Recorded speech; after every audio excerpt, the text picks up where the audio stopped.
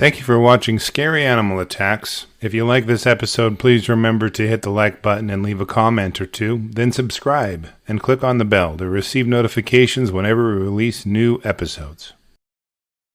Welcome back to Scary Animal Attacks. Today's episode takes us to the gritty, middle American town of Ardmore, Oklahoma, just about 90 miles south of Oklahoma City. Ardmore is a small town in which 2 of the 3 top employers are dollar stores. Approximately 12.5% of the labor force are underemployed, meaning they do not have a job that utilizes their full skill set or abilities.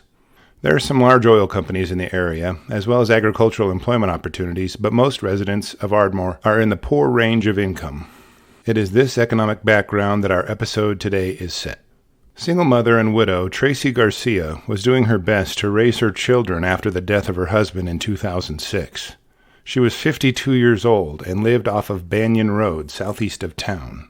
She had found work over the past several years as a homemaker until her husband died, then a housekeeper, and then a healthcare worker. She worked hard to provide for her son and her daughter.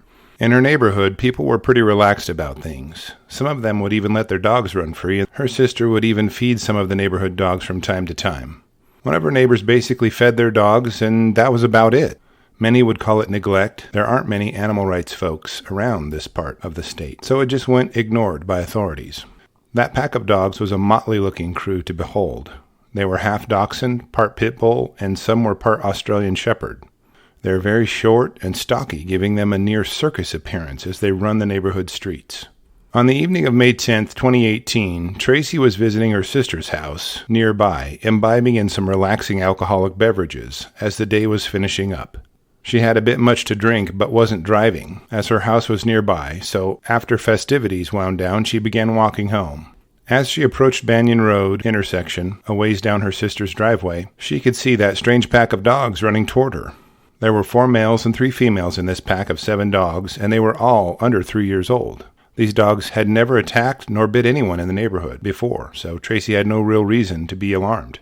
As the pack approached her, she began to hear the growling and barking, and it didn't sound soothing.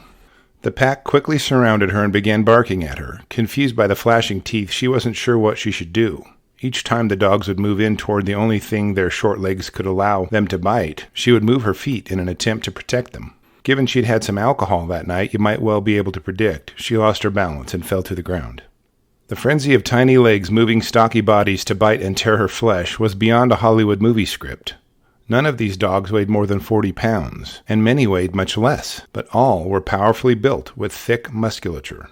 The attack did not take long, as there were 7 dogs attacking her, and police arrived soon after being called around 10 p.m. Upon arriving, one of the dogs immediately charged police officers and was shot and killed. Police officers had to secure the attack scene and eventually corralled the remaining 6 dogs. The rest of the pack was taken to the Ardmore Animal Shelter. The condition of the dogs raised some questions with authorities and neighbors. The dogs were not starving and were said to be very healthy. They lived in the woods, though, and were covered with ticks and fleas. They had no human-centered discipline, the way an owner would instill, and may have apparently honed their hunting skills on local animals, as they bit Tracy in very vital areas, causing her death that evening. The so-called owner of the dogs granted permission to euthanize the remaining members of the pack, and authorities declined to complete a rabies test on them as they were all dead, and so was the victim. Criminal charges will not be filed, according to the sources, and the coroner labeled Tracy's death an accident. Due to the fact that the dogs were not labeled as having attacked people before, the owners were not found to be criminally negligent. In the analysis of 256 fatal dog attacks, 87% occurred when the owner was not present. 84% involved an unneutered dog, and 76% involved non-socialized or wild or feral dogs. To avoid being attacked by an aggressive dog, it is advisable to command a strong voice, fight back, focus strikes on the nose, throat, and back of the head of the dog. Keep the dog's teeth away from you as much as possible, and yell for help while protecting your neck and face.